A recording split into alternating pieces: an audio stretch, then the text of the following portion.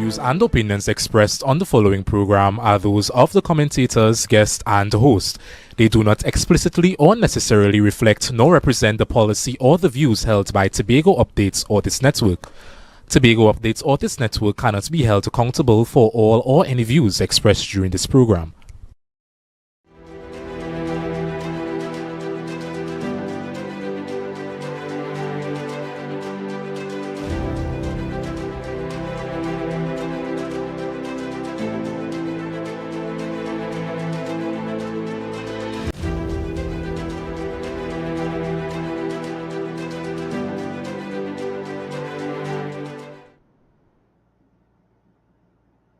Yes, good evening and welcome to another edition of Vox Populi with yours truly, Barrington Skippy Thomas. So welcome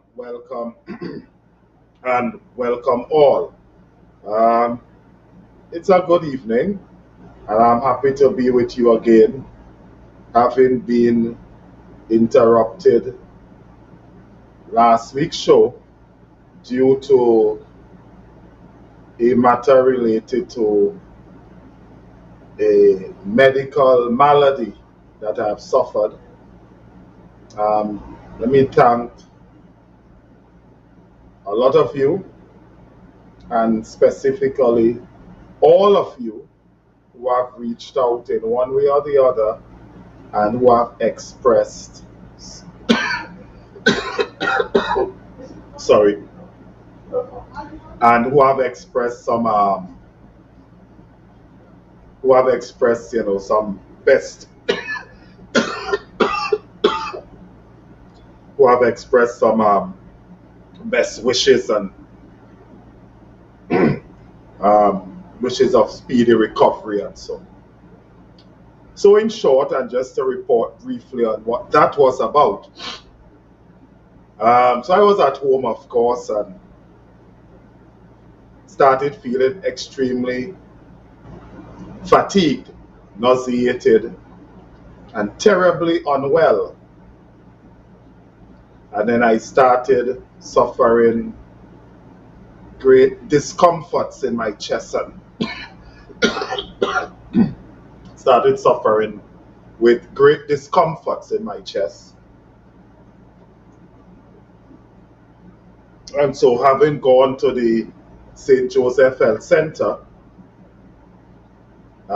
after being triaged, they took me immediately to the Mount Hope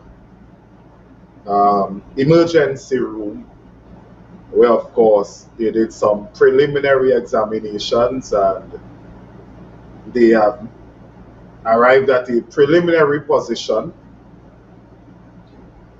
indicating that I will have some cardiac compromises, and so further investigations are taking place. I have to do a number of things, of course, the echogram, and they do have some available there. A very good friend, a brother, I describe him as a brother, he described me as a brother. We entreat each other as brothers. He have made some arrangement for me to visit the clinic of one Dr. Michael Murray. That would, for those of you who don't know, that was Michael Jackson's doctor. And so that arrangement should be done soon. Fuad Khan had reached out to me. I reached out to him, and I don't want to be a bother to anybody generally, and that is all I want to say out that. So I have some more investigative work that is ongoing. I'm due to go and scan a cat or something to that effect. I'm really not sure what it's called, but I'm told that one of the things I must do have done upon me urgently is that I must partake in the process of scanning a cat. So as soon as that cat is scanned, I don't know how they intend to do it. I don't have a cat. I certainly don't own one. So, but I leave those things to the medical professionals. Yes. Right. So having said that, Of course, on the last occasion I spoke to you, and it was almost as if that last occasion was yesterday, I made a bold declaration that the I made a very bold declaration that the occurrence and activity concerning that oil spill in Tobago is akin to acts of terrorism. Well, after saying that to you, I suspect the political cynics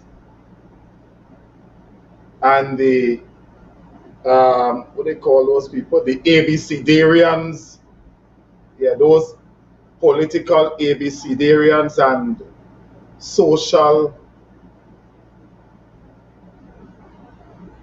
and cephalips, you know, these pseudo intellectuals and so, like Leroy George and others with him. Yes.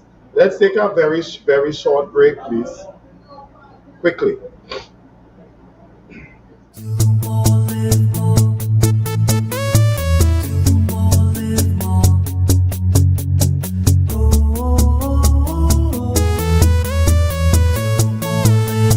This is how it's gonna go.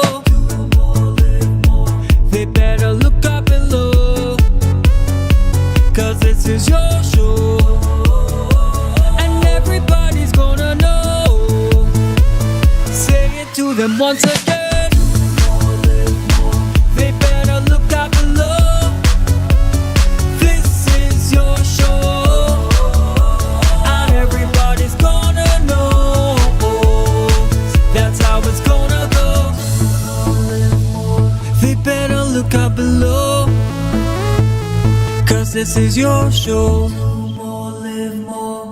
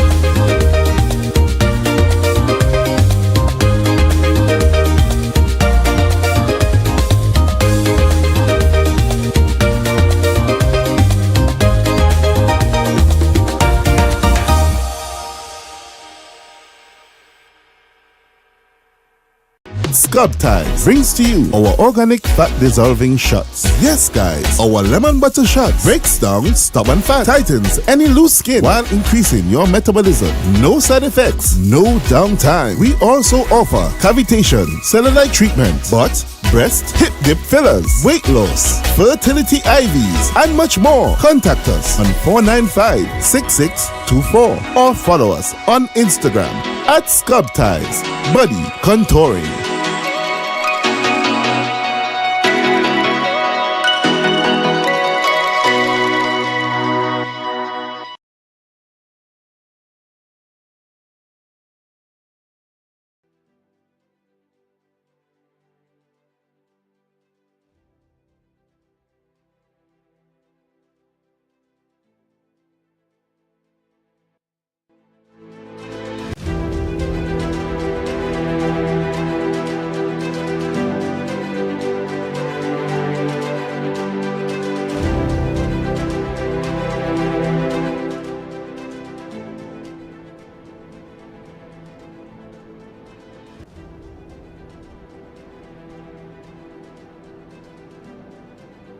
Yes, so we are back. So I was making the point. Thank you. So we're back.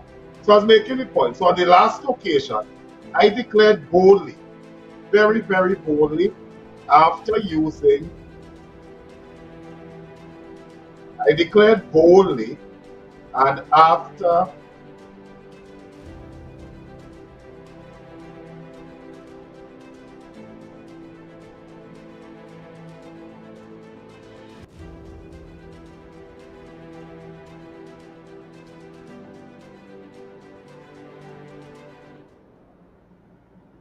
Right, so I declared very boldly, after using the international standards of what acts of terrorism are, and I made the bold declaration on the last occasion we spoke that that oil spill was an act of terrorism.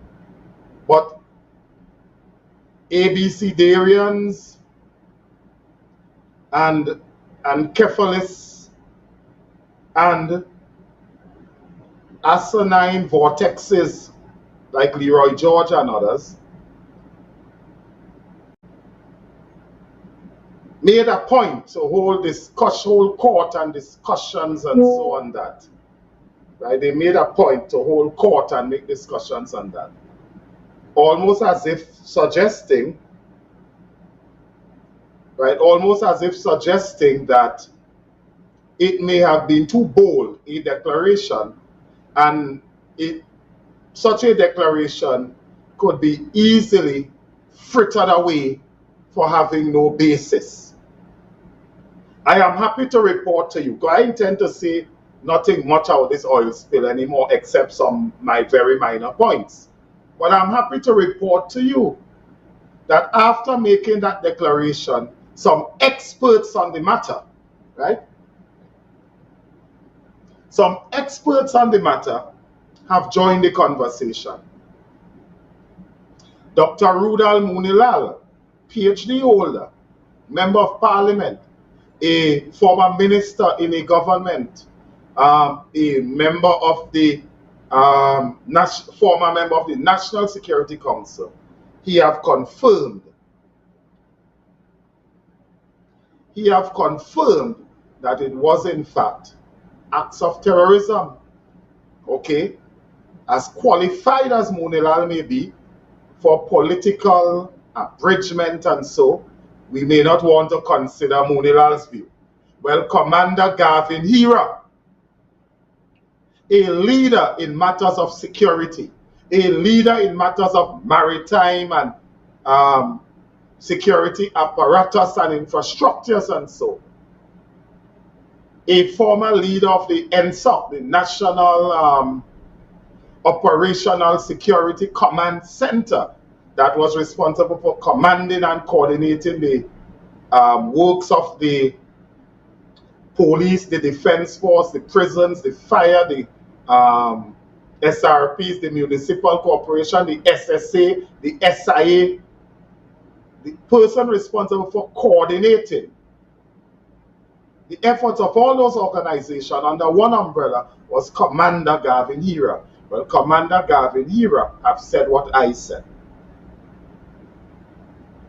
And more than that, the United States of America State Department have also now declared it to be, I just said terrorism, they have declared it to be an act of environmental terrorism.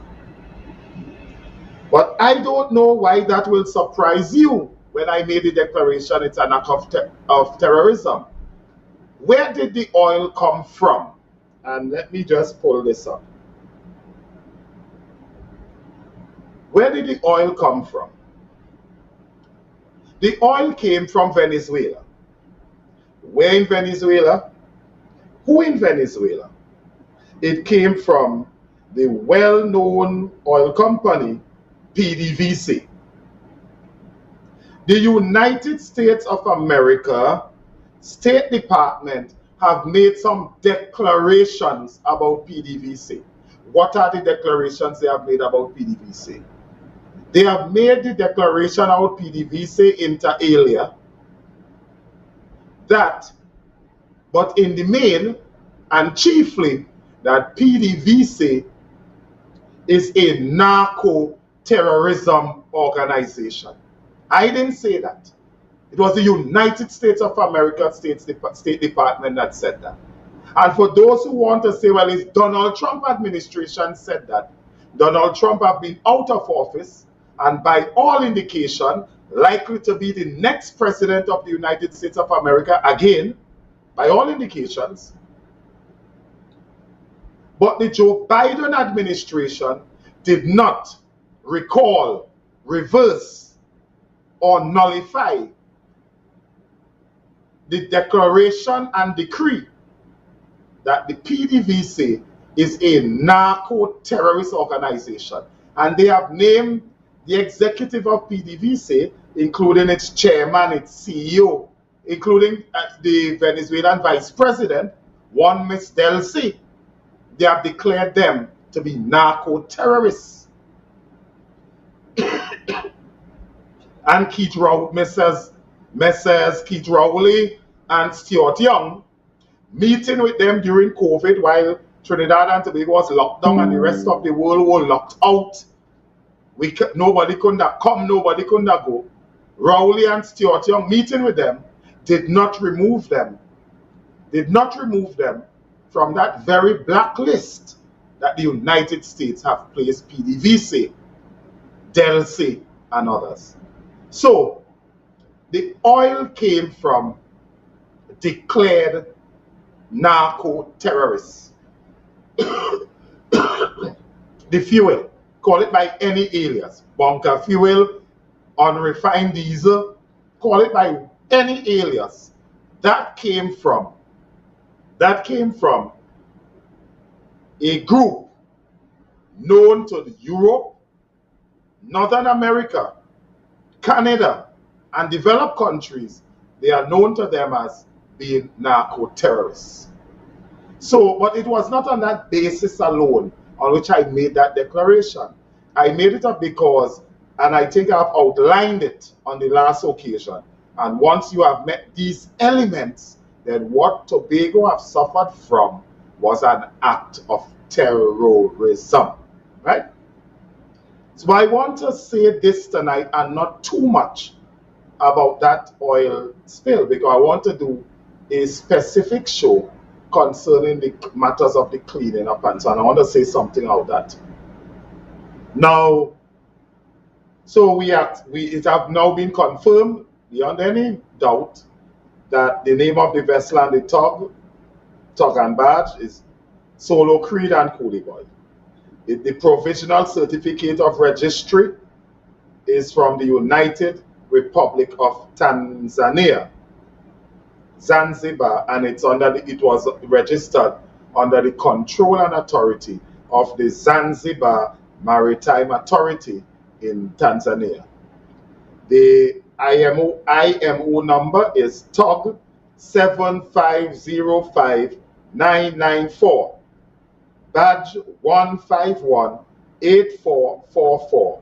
Owner, at the time of the maritime incident, one Melissa Rona Gonzalez. Now they are purporting that a Nigerian came forward, but we'll get to that. Melissa Rona Gonzalez is not a Nigerian name, but we'll get to that Nigerian who came forward and raised his hand. The cargo in March of 2019, the cargo is a cargo vessel.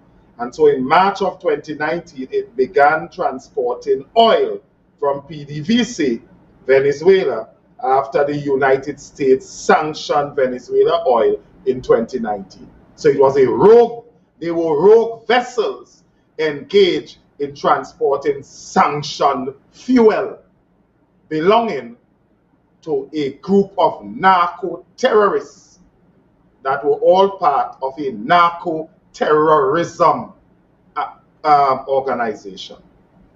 So Coolie Boy and Solo Creed, their route ordinarily, they transit the Caribbean, Colombian and Venezuelan ports and sail in the dark, as with the ISA tracking being disabled, making it difficult to compile a complete record of their movement. There is one Augustine Jackson, the confirmed owner of Maillard Offshore Corporation, but he denied any connection to Coolie Boy and Solo Creed or Gulfstream. Now, this Nigerian that they purport, right? This Nigerian that they purport to have raised his hand and say, well, I know some things about that vessel and that vessel may be mine. And that vessel may be mine, and so on. I was surprised somebody from Guyana did not come forward and say that, because a certain person, along with other certain persons, so a group of people spent an inordinate period of time in Guyana for an event that lasted mere hours, but they spent inordinate days for an event that lasted mere hours. So I was genuinely expecting a man of straw to emerge from Guyana claiming ownership to the vessel. I'm not surprised a Nigerian have done it, but we will follow that as it develops, right?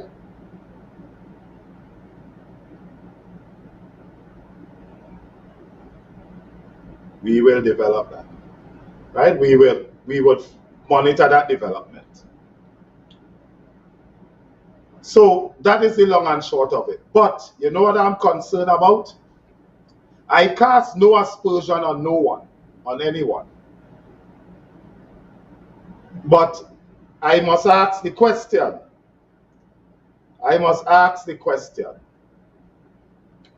Who is responsible for paying these service providers, the contractors that have since mobilized for the purpose of cleaning the sea coast and cleaning up the oil spill? Who is responsible for payment? But before we get to payment, who is responsible for procuring the services of these contractors? Who hired them? Who engaged the process of assessing assessing the applications, developing the scope of works in which they must engage, and more importantly, selecting these contractors? Was it the Tobago House of Assembly, or was it the central government? And I ask that question against the background of seeing a particular contractor lined off along the coast, engaged in massive cleaning work. And that contractor is a friend, a very close friend of the Upper Elichon, however you want to pronounce it. In America they say Elichon, in the British would say Elichon. But it means upstairs by a selected group and few. A contractor is known to hobnob with a select elitist group in this government. I see that contractor well mobilized in Tobago.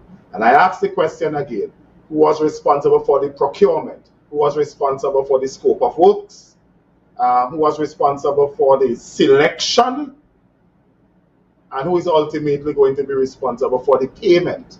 And I ask those questions, having seen that particular contractor well mobilized with a fleet of equipment and engage in that cleaning. And I'm watching that anxiously, very anxiously. And I intend to do some inquiries into it, and we will report and have a discussion on that. Right? We will report and have a discussion on that in the future. But that contractor, you see, because this is Trinidad and Tobago, and it's not about making aspersion on anybody. It's not about making aspersion on anybody. But only recently I heard the Attorney General, well, the former Attorney General, in a meeting boasting about the selection of a contractor known to us here in Tobago, engaging some work in South. And I wish that contractor well. I say hip hip hooray for that contractor. I say, well, that contractor is a Tobago-based contractor, and if they engage in doing their work properly and so on, a procurement process, I've selected them, and they emerge top of the process and they're doing the work, then I applaud that contractor. I have nothing to say about that in a negative way at all, except to say I take note that It's on public record. It's on public record. Okay, so it's two things were announced. The Prime Minister announced, right? The Prime Minister announced his responsibility for UDCOT. The Prime Minister announced his responsibility for UDCOT. And from memory, I gather that UDCOT is the project manager and so for that project. And the Prime Minister, known public friend, is a contractor there. I cast no aspersion, but I bring that to your national attention. I bring that to your national attention. That is one. But having seen another one of their friends properly mobilizing Tobago to clean up the oil spill, I'm concerned about the procurement process there. I want to know what was the procurement process? Was it sole select? And was it tender process? Who has to pay that bill? Is it the THA or the central government? What is the scope of work?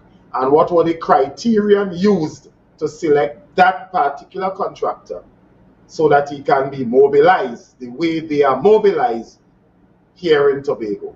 Right? I put that question on the public record. That is two. So I want to move on now to another topic, because by next week I'm sure we would have much more to discuss. As long as it's properly settled, who paying the bill for that work? Then we'll know if to diffuse. We'll know if to diffuse or escalate the conversation concerning that contractor mobilized in Tobago to engage in those works. We'll leave that there for tonight. Then, of course, there's another issue.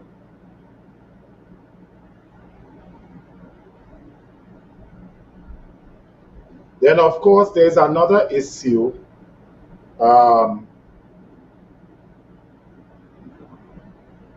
concerning Ansel Dennis, where I think Leroy George should pay most of his attention to and less on me, because I saw him there making some comments and so about my hair, and so it's my hair. Whether I grow it or whether I pay for it and put it in, it's mine. At the end of the day, it's mine. Nobody missing it, so it's mine. But I want to say to Leroy George, I don't know what you heard. I don't know what you heard, but I suspect you may have heard something that always have you attempting, always brown nosing me and smelling me ass everywhere you see me or hear me. I don't know what you heard. I really don't know what you heard. But let me just put your mind at ease. The answer to whatever you may have heard is no, it's not true. But if you genuinely believe that I like man, then certainly it won't be you. It won't be you.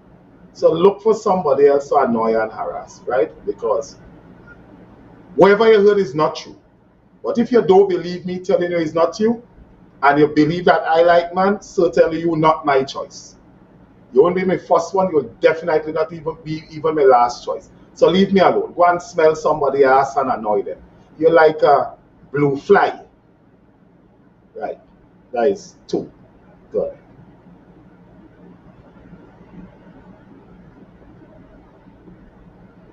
I want to get to this. Ansel Dennis put out a post. And this post ought not to be treated very lightly. Can you put it up for me, please? You would see the name Ansel K. Dennis and 3 minutes. Well, 3 minutes below it. Yeah. Put it up for me. Well, I'll read it from on air while I'm discussing it. I'll read it from screen while I'm discussing it.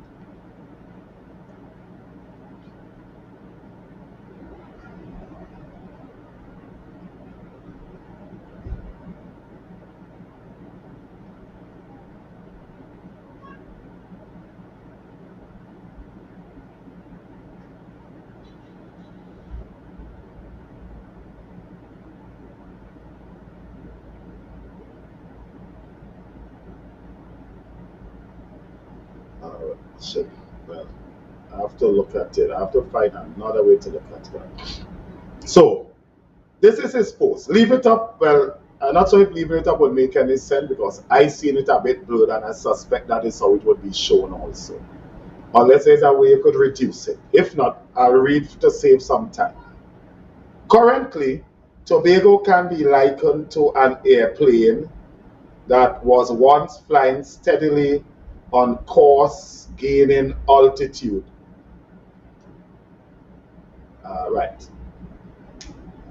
Currently, Tobago can be likened to an airplane that was once flying steadily on course, gaining altitude, but lost its way in turbulent weather and is now at a dangerously low altitude.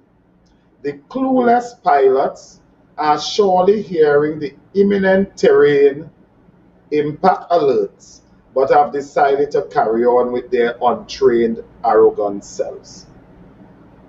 Some passengers are crying, kicking, and screaming, while some are trying to diagnose and assess what went wrong.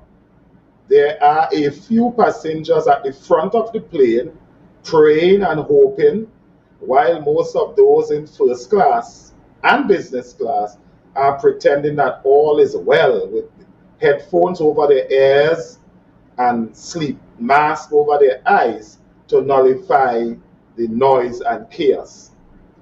There will be many more close calls and heavy bumps as the dangerously chaotic flight continues. So hold on tightly, Tobagonians. By the grace of God, we will not crash, and we will soon have an opportunity to replace this clueless, negligent captain and his nightmarish crew with one that is credible, capable, and caring. Come back to me.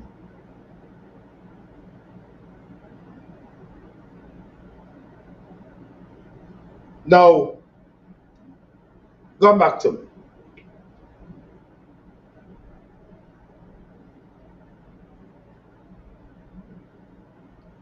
Now it is easy to just dismiss what Dennis said there. And to dismiss what Dennis just said there would anybody who think that we must just dismiss what he just said there, then that is what you call, that would be sheer arrogance. Because what Dennis said there is not sobering. And what Dennis also said there will in no way at all affect the minds and thought processes of those who support this Farley-led administration. And what he also said there has no effect on those in the PNM camp, simply because the two political mindsets are already set in a particular way where I don't support them. In fact, I think I'll be bold enough to say, I don't like them, we are like them. So the both sides are already pitted against each other in a steep position of being, antithesis to each other. So what Dennis said there will not affect the PNM. Whether he said that or not, the PNM would always support us to have a view. And what he said there will also not affect those who support the Farley Augustine-led administration, because they too have a view. But there are also, and more importantly, there is also a group of persons in the middle that will analyze this. That's just the truth. There's a group of people in the middle that will analyze this. And they are going to be concerned about what are some of those, I want to get back to it and I want to read it.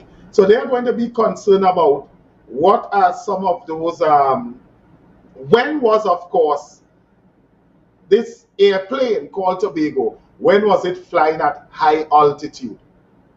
What they are going to do, they are of course going to assess and internalize to themselves the PNM administration. And if we think for 1 minute that they are going to assess it on the basis of when Dennis was the chief secretary, then I have news for you. They are going to go back to what some Tobagonians still describe, to what some Tobagonians, not me, but there are a large number of Tobagonians that describe it that way. And I don't think that it's without merit, because his successes at the polls have been consistent.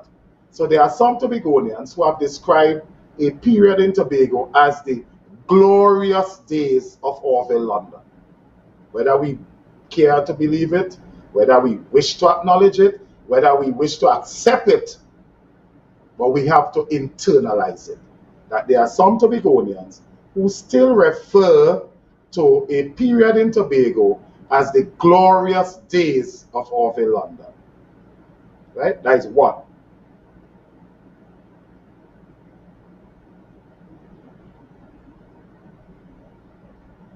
That is one. Two, so they are going to, when they assess it, they will not be assessing the Dennis period. They're going back to London, through the London period, through the Charles period, and then they're going to assess. Now you see how long that is. London was about 16 years or something, so 12 years, but certainly about 12 years, 3 terms, certainly about 12 years. It could be more, I think it's 16, it could be less. Then you had the Charles, and then of course you had Dennis. So they're going to be assessing that whole period, and they're going to be assessing the Chavez-Augustine period. It's not a fair way to assess it, but it's a real political and practical way. It will be done by those who are not steeped on both sides of the political divides. And then they would assess it, and it continued. It lost its way in turbulent weather. What are those turbulent weather? Those are things that they would be concerning themselves about. Is it the unemployment? Is it the issue of a lot of sweat equity went into the campaigns, and people are of the view that they have not been properly rewarded? And I really don't give two hoots about these imaginary moral bastards, you know. You have some of them feigning morality and this sort of thing, really feigning morality and this sort of thing. But let me tell you something. It's the Westminster tradition. Winner takes all. That's the Westminster tradition. Winner takes all. And if you win, you have to recruit and employ your own, because they are the ones, whether it be at a checker level, a cleaner level, a director level, a HR manager level, an engineer level, a consultant level, a service provider level, a caterer level. They are the ones who are going to see your policies through to the end. Your supporters earn and deserve more than merely being your clapping squad for political activities. And any political party, and not the PNM, they know they have to do that and they do it. But any political party who think you're being politically correct to treat your supporters and others, your campaigners and your activists and so, to treat them shabbily and not empower them, not give them jobs and so, simply because your political critics will criticize, then I have news for you. If you think that is the best practice, because they bully you, the PNM will bully you into thinking that that is your best practice. But if you agree with that, then go along. You're going to last one term, because it means that the PNM have crafted a narrative and they have crafted a strategy and they are implementing it, you got caught with it and you will last 1 term. The PNM have always lasted more than 1 term simply because it is their own. From whether it's from cleaner to director, they have always empowered their own. Right? So you sit down there with that stupid narrative that they got crying nepotism. In the Westminster system, winners take all. Right? And that is a system and a political practice that have taken place in truly Westminster practice and tradition for centuries. So I have no more advice to give on that. And then he came back, he said the clueless pilot are surely hearing the imminent terrain impact alerts. What he's saying there is that the governance is going bad. People are complaining. Now, if it was only, and we have to stop engaging in ostricism, if it's only a case where there are people only in the PNM who are, then they're not complaining, they are criticizing, and that is okay. It's part of the democracy. But then you don't stemmer your government and your administration and so, because your expected critics are criticizing. So, when he spoke about this, the imminent terrain impact alerts, if it was about the opposition criticizing, that is okay. But I don't know. I am of the view that some of these people in this administration really need to genuinely put on their jeans and t-shirts and really walk the street and have honest conversations with the people that backed you and support you and so. I think there is a very mythical divide where I don't know who are feeding these people this information, but they have the view that the people are happy, and when some of the people complain that they're not happy, they're either greedy or disruptive. It's 1 more year, next year is 2025, and an honest introspection needs to take place. So to dismiss this Dennis post completely would be an act in arrogance. Right? It would be an act in the process of arrogance, because this post is not going to affect the PNM supporters in any way, and it's not going to affect your supporters in any way, but they are undecided mass of voters who actually decide these elections. They are going to seriously do some thinking about this post. So it's my advice that this post ought not to be disregarded and flippantly dismissed, okay? Some passengers are crying, kicking and screaming. Those are the people organizing that have nothing and complaining, and nobody's really listening to them. And those who finally give them an ear ever so often think that they're miserable and interruptive and disgusting. But it's not the impression you gave to the people when you were campaigning. And it is that agreement, it is that expectation that you gave them when you were campaigning with them that have them feeling as entitled as they are feeling. That is just the reality of it. So they might be the people he have described to be the kickers and screamers and so. Some are trying to diagnose and assess what went wrong. That might be people like me and a few others. And some in the first class and business class are pretending all is well. Those are the people on the boards. Those are the people properly employed. And those are the people, if they were not employed, they would have been kickers and screamers too, They would have been kickers and screamers too. But because they are employed, they're on the boards and so, they tell the kickers and screamers, you don't love Tobago, you must be a patriot. You're not being patriotic, you must love Tobago, they say these kind of things. I don't care what anybody's saying. I don't engage in sycophancy politics. In fact, quite frankly, I have no respect for sycophants. I don't engage in sycophancy politics, right? And I don't do that kind of politics. You see, because politics is not about today. It's about tomorrow. It's about tomorrow. And I have nothing else to say except to say those who think they're powerful and they're mighty and they know everything about politics, that this Dennis post should be ignored and treated flippantly and dismissed. If all say yes, if the majority say that is the way you want to go, then go that way. My advice is there'll be a consequence to it, and I have nothing else to say about that. I have nothing else to say about that.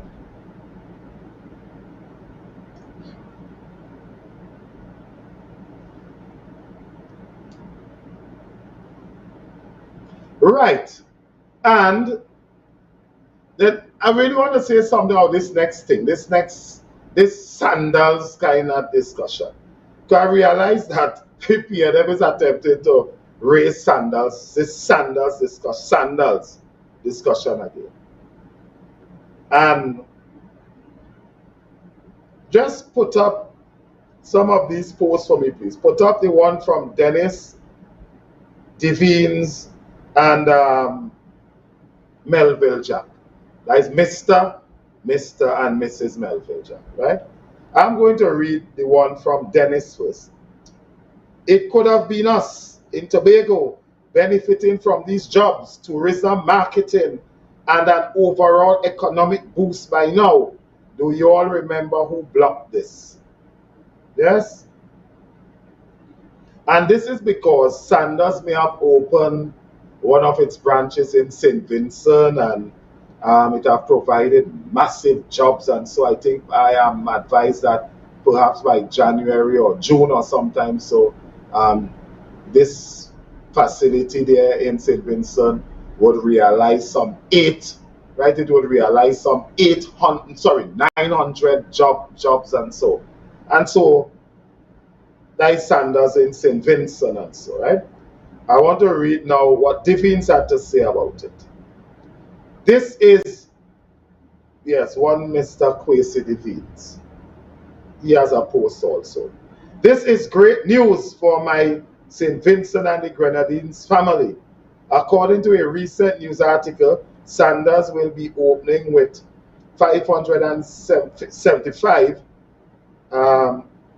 SVG, that is St. Vincent and the Grenadines nationals, employed, and they will ramp up to 900 by January, becoming the single largest private sector employer in St. Vincent. To my Tobago family, a word to the wise is sufficient. I want to read now from Mrs. Marcelin Jack.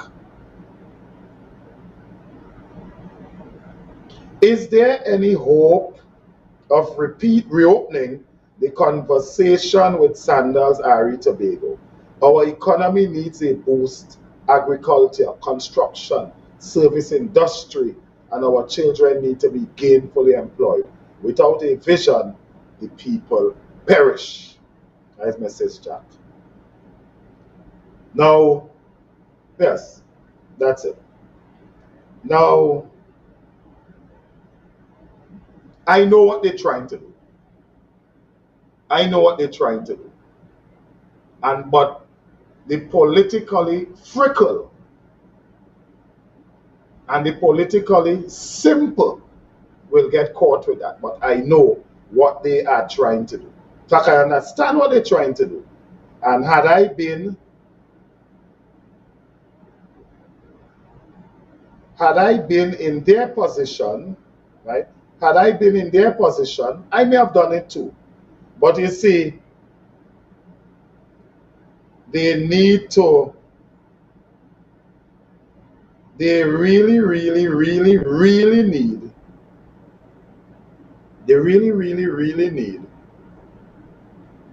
to not do Tobagonians that and give the impression that, all right, you see what's going on in St. Vincent and the Grenadines? We could have get that too, you know. But no. I reject that political approach, and I condemn that political approach. I condemn it as being petty. I condemn it as targeting the mere sycophantic, simpletons like Leroy George. That is what it's doing. It's targeting a sycophantic group of simpletons. Because Ralph Gonsalves is a Marxist socialist by nature. That has been his politics for years. He have never lost his election. All over Grenada, he's known as Comrade. And I raised that on the basis that the negotiations that St. Vincent and the Grenadines engaged the Sandals group of company. It was a tough, long, strong negotiation that reduced itself into the significant benefit. It have now been settled that to provide that spin-off of that benefit to the people of St. Vincent and the Grenadines. Tobago's case did not benefit from such successful negotiations. In fact, Tobago's case was almost as if we sent idiots to the negotiating table. Because in the Tobago case, unlike St. Vincent and the Grenadines, there were the issue of the land ownership issue. So land ownership issues were being bypassed, regulations, raising concern about government involvement and transparency. Those issues were never fleshed out, the land ownership issue.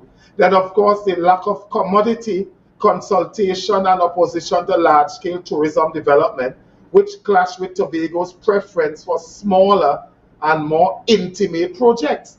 So Sandals was not in toto consistent with the Tobago's development strategy and tourism strategy, and so for that more intimate type of tourism.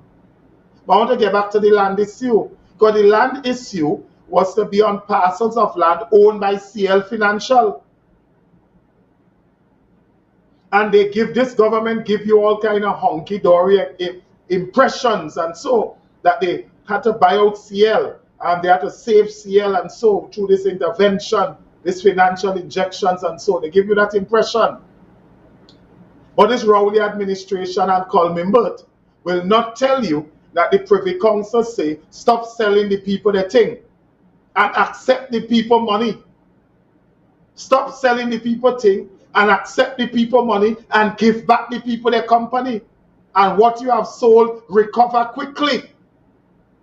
Because the Privy Council have negated a lot of the sales. They're not telling you that. And perhaps you see, because it's not a Tobago issue per se, I haven't raised it here, but it has been raised by me and others in other places. The lawyer responsible for getting that done is a lawyer known to me. His name is Navindra Ramnanan. He went to the Privy Council and win that. It's not for me to come on the TV and discuss people business, you know. And do pray and CL Financial. You know what? I promise you that. But CL Financial have significant investment in Tobago. And so maybe I'll get one of the officials from CL Financial and the lawyers, and we'll do an entire specific show confined to that. The Privy Council say, leave the people alone, accept their money.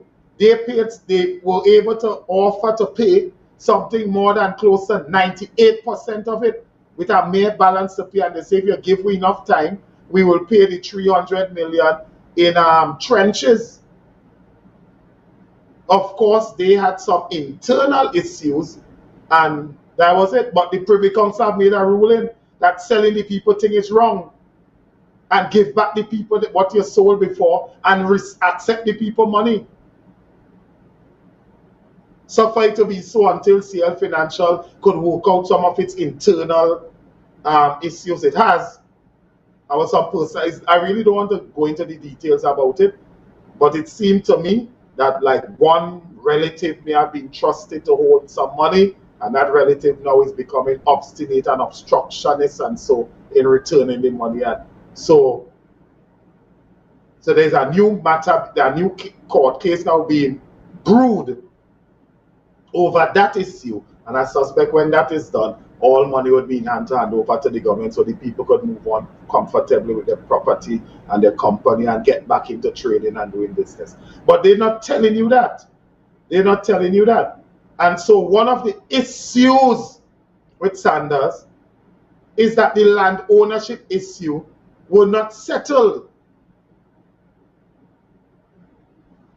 And then I read too, and then of course there was some environmental concern. You all remember the Prime Minister mounting a platform and saying the people in Tobago, they prefer hairy crab in the lagoon than Sandals. They want to save hairy crab in the lagoon. Well, he give Miss, why he didn't say about Miss Turpin is why he forget. The environmentalist woman. So there were also some environmental issues. And they gave the impression that that area, the lagoon and so, and the surrounding area, the ecosystem and so, around where they wanted to do Sandals, is a Ramsar Convention protected site. They did not want to, they did not do, so all of these were issues, you know. All of these were the issues, the real issues that they do not want to tell you about. And then of course, Sandals' track record of extracting major concessions from governments had a potentially disadvantageous position to local business and workers. And then, of course, there's a lack of clarity on the project financing and management, raising doubts about its long-term viability. Because if those issues of the project financing and the management and so were not properly negotiated and settled, we could have ended up there now with a white elephant on our hands. And then, of course, finally, there was the absence of detailed plans, infrastructure, considerations, and discussions on tax concessions.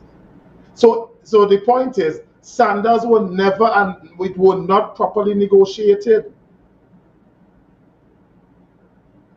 So for them now to put up this thing with St. Vincent have properly negotiated, and that is why St. Vincent is able to receive Sandals at a benefit to their country. Sandals would have benefited Tobago in absolutely no way. So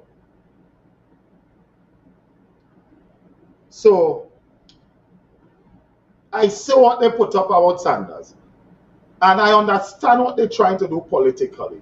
They're trying to say, you know, you could have get that, but look, St. Vincent get it. St. Vincent negotiated for what they got, and that is why Sandals in Tobago is a benefit to the people of Tobago. And for the reasons I've just outlined there to you, and much more, Sandals was a bad idea for Tobago, simply because, anyhow, I'm not going to say that, but I'm going to say this, simply because those that were negotiating for us did not negotiate in our holistic interests. I'm saying that as opposed to what I think I was going to say. Right, so those are the issues. So I want to tell you, do not dismiss Dennis' statement about this aeroplane and thing. Those who support the Fadi administration and those who support the PNN, that statement means nothing to them. It's going to cause the middle voter, the voter in the middle, they are going to think. They are going to think. And let us stop behaving as if everything is sanguine and okay. That is one.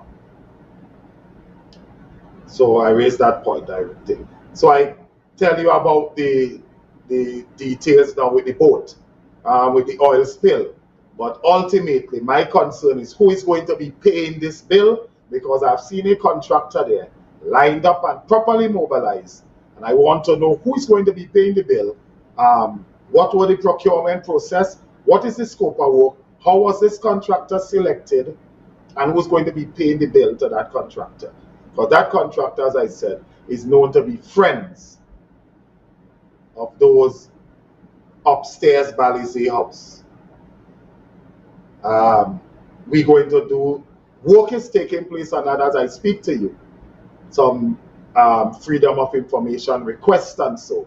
And then of course, that information will be reported back to you right here in one of these forums, whether I'm in studio or at home. Right, and then I think I spoke about Sandals, I spoke about the Dennis Post, and I spoke about my, not necessarily disquiet, but my interest in how a contractor known to be a friend to the PNM and associated with the construction of Balisay House is lined up there in Tobago engaging works to clean up the oil spill. Right? So that is the three main issues. I want to open the line briefly. And very briefly, well, because are we going to bury our heads in the sand with this issue, this rumor about the reshuffle? Are we going to bury our heads in the sand with it? You didn't hear about it? Ah, come on. No, let me tell you, you didn't hear about it? So, now I suspect that when those things happen, the chief secretary would say, okay, I'm going to reshuffling and so, but I am going to open the lines. Let me call out the number. And we'll do this for about 5 minutes and then we could bring the show to an end, right? Now, the number is 284-6597. That is 284-6597. I'll ask the guys, the engineers and the producers and managers and so, to put it up on the screen as well. 284-6597. Why am I opening the line? I am opening the line for you. A long time I've not heard from you. And for a number of evenings, I come here and I speak to you. And perhaps I think, there is more to gain, but certainly nothing to lose in opening the line and giving you an opportunity to speak to us. But, so reshuffle going and take place. Who would you like to see where? Who you think should be? I remember many years ago while I was in the cadet force, young lad in the cadet force. The commanding officer of the Trinidad and Tobago Cadet Force at the time was one Colonel Eugene Charles Blackett. He was a very good family friend, certainly a good friend of mine, and he was also my godfather. So I spent a lot of time with him and by him and so, right? I spent a lot of time by him, with him and so, yeah.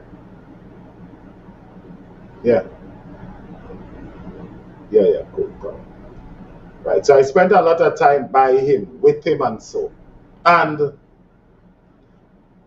one of the things, he was getting some problems in the cadet force with some of these captains and majors and so.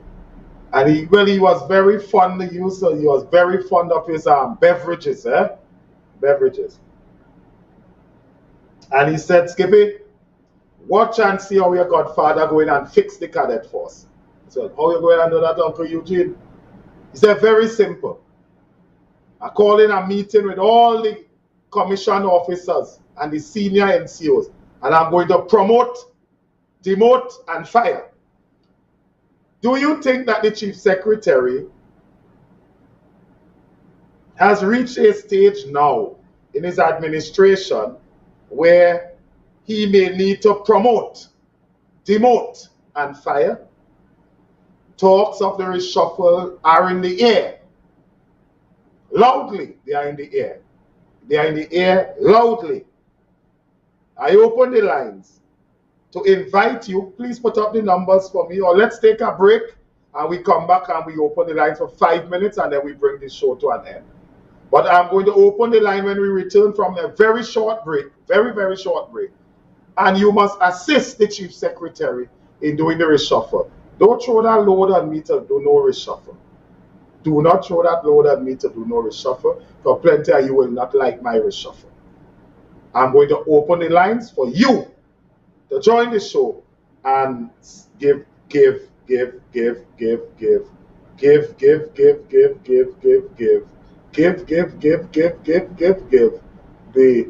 your thoughts on the reshuffle. Who should go? Who should go up? Who should go down? Who should go across? Who should go wrong? And who should get out? Right? Let's take a very short break and we come back with the numbers. And you put up the numbers when we return, please.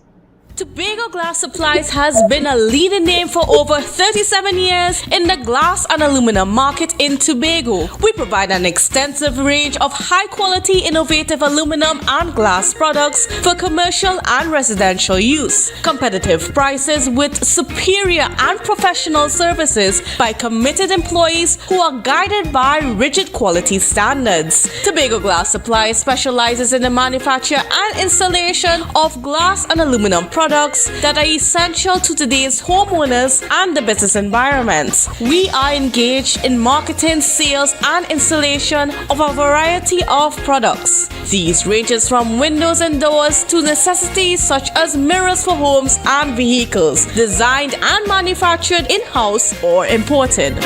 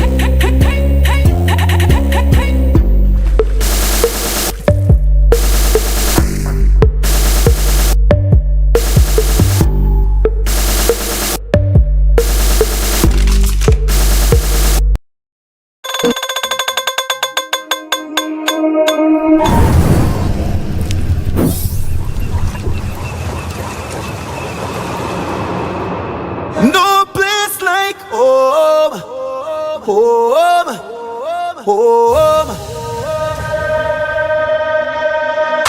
Oh, I love Tobago, baby. When we outside, it's an ocean of love. All that we align to the stars up above. Let we dance now, take a chance now with me. And we go jump till morning. Look, the moon don't sleeping. Tell them we not leaving. Till the last drop of bacchanal is madness in the capital. So I feel like I'm running tongue again. Jump and shake the ground again. Wave with all my friends and them. No place like home, home, home. We go jump till the moon come down. It's we who the stars shine on. Play a mass and break away. Freedom in we DNA.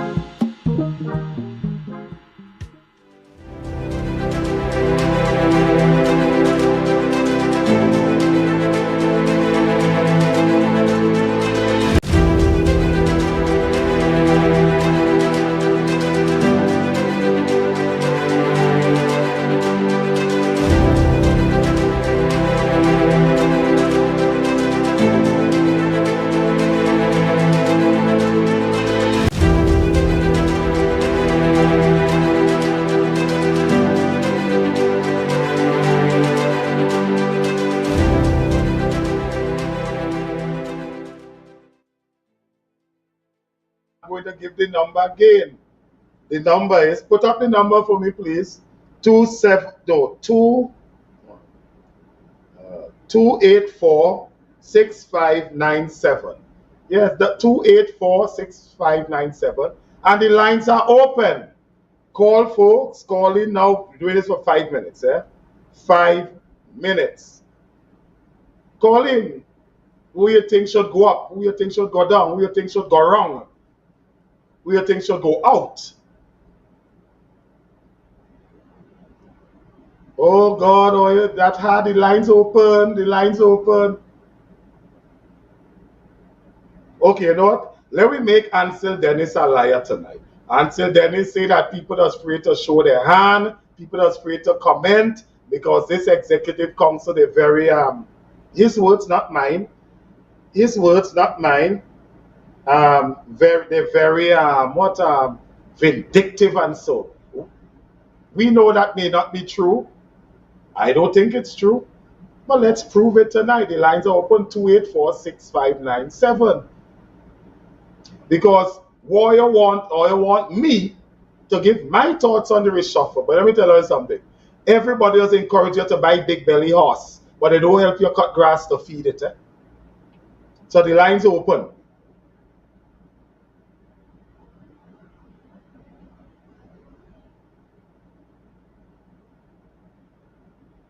Not a man move. No calls as yet.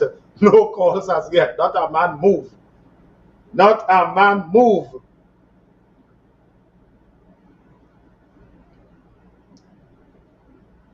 All right, you know what? Not a man move. Nobody move it. 284-6597. The lines are open.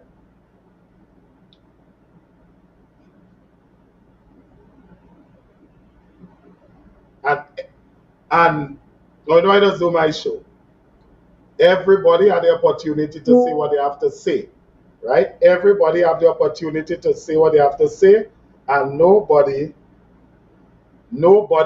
are going to be discriminated or harassed. Well, certainly not in my watch.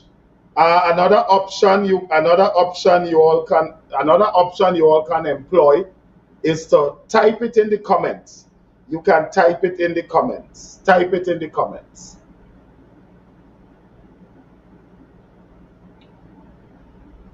Type it in the comments. Yeah, type it in the comments. You know what?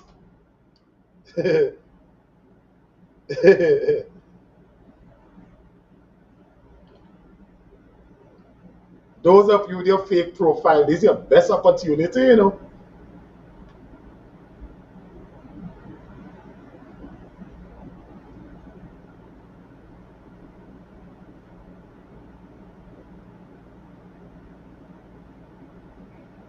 All right, you see me?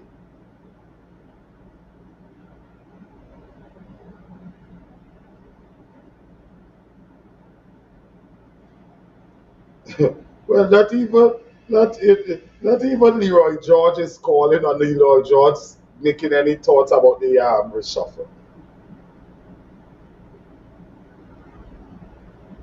So then it means one out of two things. It means anyhow. Listen to my thoughts on the reshuffle now. Go ahead, caller. Welcome. Caller, go ahead. Welcome.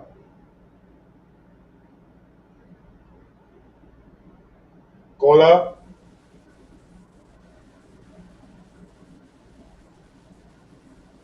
Caller, welcome.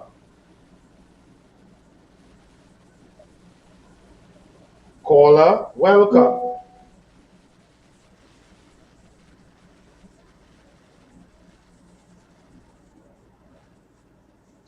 Caller, welcome.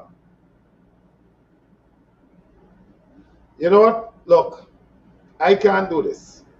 And that is why I will always be a leader in my own right. So listen to me. In the matters of, is the caller there, or did the caller say anything and maybe I did not hear it from where I am or something? Assist me with that, please, guys, so I go. Good night, caller. Welcome. Good night. Good night. Hello, welcome. Yes, hello. You're not going through. It's no fault of your own. The callers Go calling ahead. in, but we're not getting through. Go ahead now. You are on. Go ahead. Probably you're not hearing, but I'm not even self hearing you on the phone. Good Ah. night.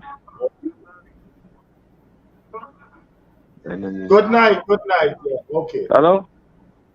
Yes. Hello. Are you hearing me?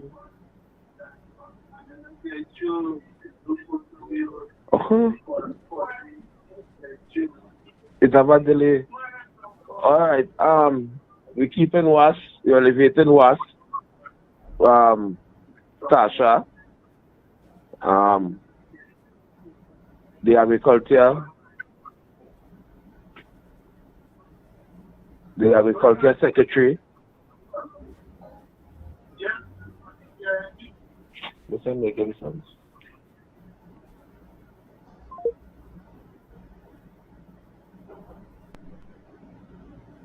All right.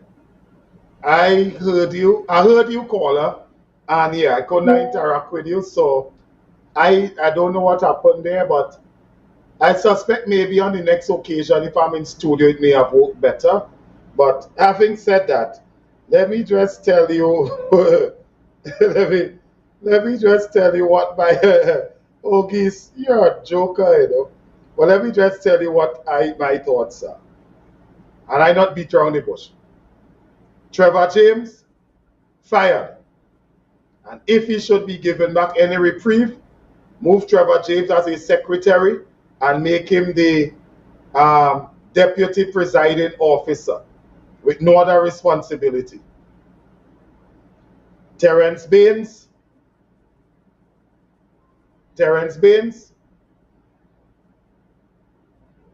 remove him as secretary for community development and sport.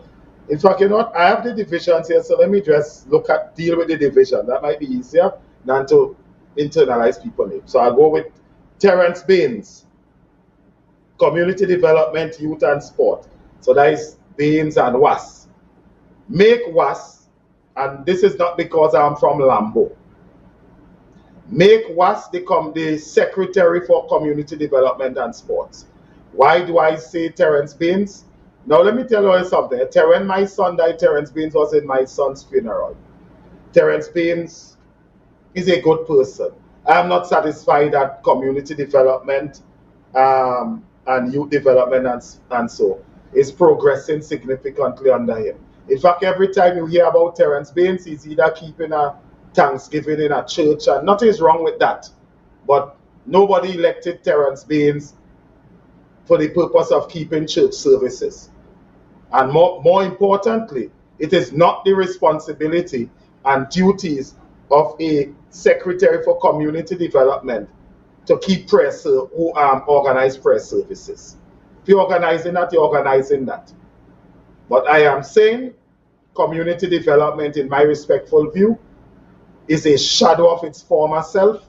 There's a lot more could be done. And the good thing about community development is that it may not require massive amount of capital and cash, and so simple mobilization of the human resources in the communities is sufficient with the village councils and so to make that work. And I am not satisfied that community development is in a good place. And as a result, I think the Secretary of Community Development should be removed and transferred somewhere else, perhaps in the office of the Chief Secretary, with responsibility for ecclesiastical affairs, and elevate Wayne Clark to that of Community Development Secretary, and put Joel Sampson to assist him specifically with matters of youth and sports. Good, those are my thoughts on that. On the issue of education, research, and technology, I think that Zorisha Hackett is doing a good job and she should remain there. I, of course, would suggest that more responsibilities be added to her. So we should now see a portfolio of education, research, technology, And yes, and culture. Put culture there also. Megan Morrison is doing a very good job at culture, so you put Megan Morrison across there with her to deal with the aspects of culture and so. Finance, trade, and the economy. The Chief Secretary should relinquish himself of that position, and he should appoint Whitey. Appoint Whitey, because Whitey has training in matters of finance and economics and so. Appoint Whitey as the Secretary of Finance, Trade and Economy. Food security, natural resources, the environment and sustainable development. If it is broken, don't fix it. Leave it just so. That is going good with the Miss Pantin and, what's the boy name? Something Tate. That is going good with them. Leave that just as it is. Health, wellness, and social protection. That is going good. But I would want Sonny Craig to up his game on matters of social development and things. I don't know. I just been Tobago. And there are too much social welfare issues in Tobago. People still cry and complain to me, thinking when I was executive director for people and social development and so, I have to suggest to some of them people, I have not been in that ministry since 2015. You all leave me out of that. But the point is that I think that the issue of social welfare, specifically in Tobago, I think it is dragging, right? I think that is dragging, and it's dragging terribly, right? It's dragging, and it's dragging terribly. This is not an indictment on Sonny. Maybe, again, Sonny needs to up his game. Because while he's not up in his game,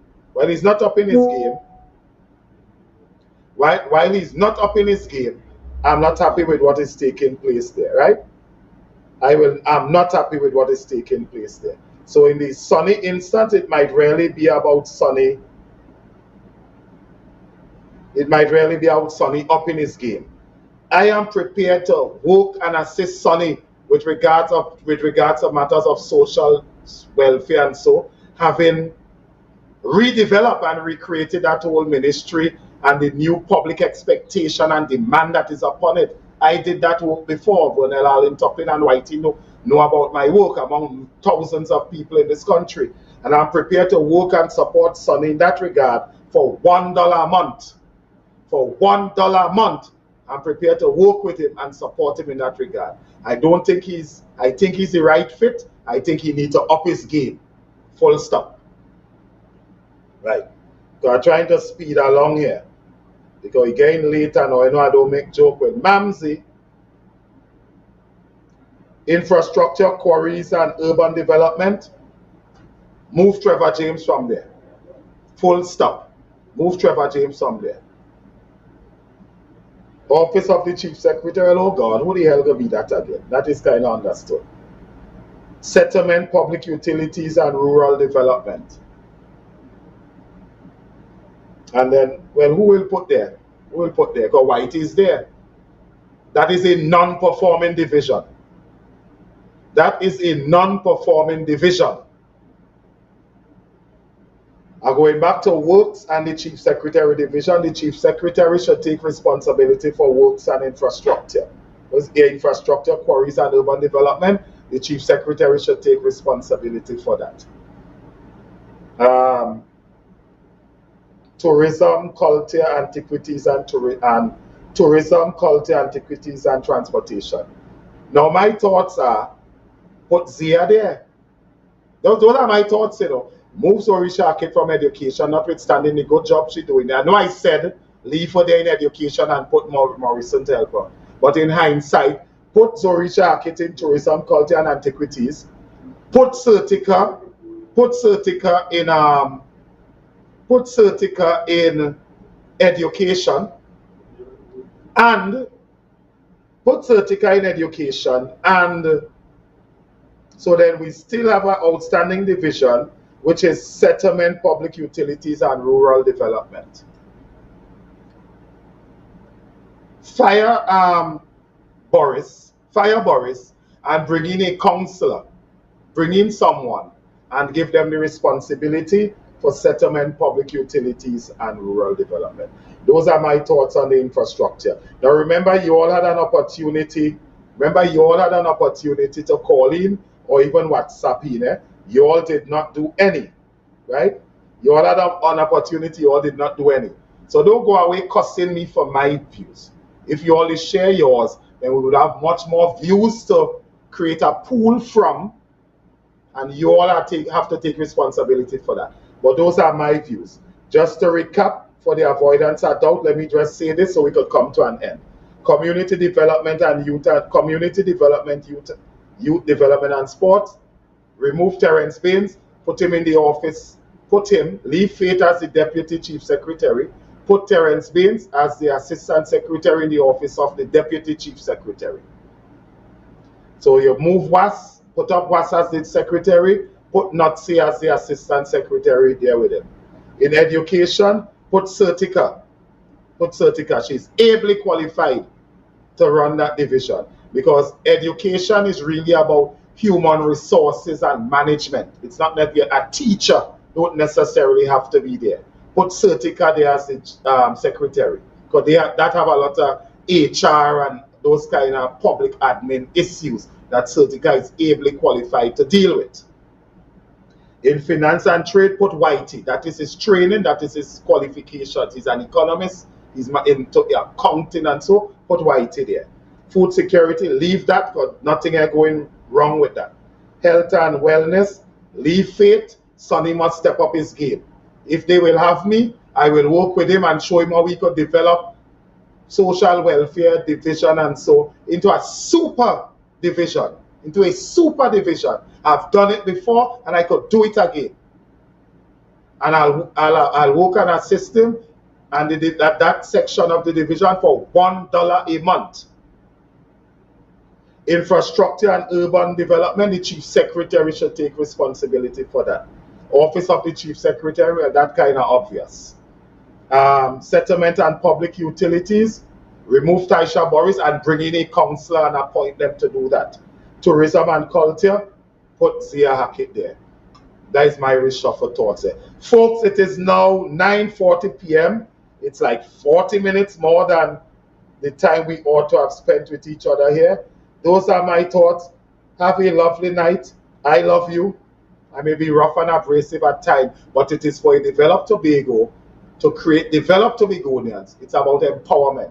I have nothing personal against anybody, but speaking truth is like writing fear. It only comes by practice. Love you. I have to go.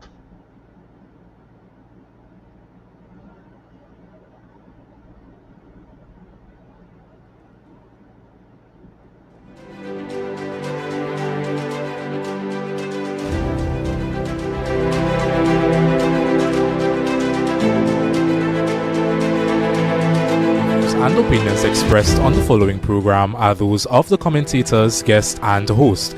They do not explicitly or necessarily reflect nor represent the policy or the views held by Tobago Updates or this network.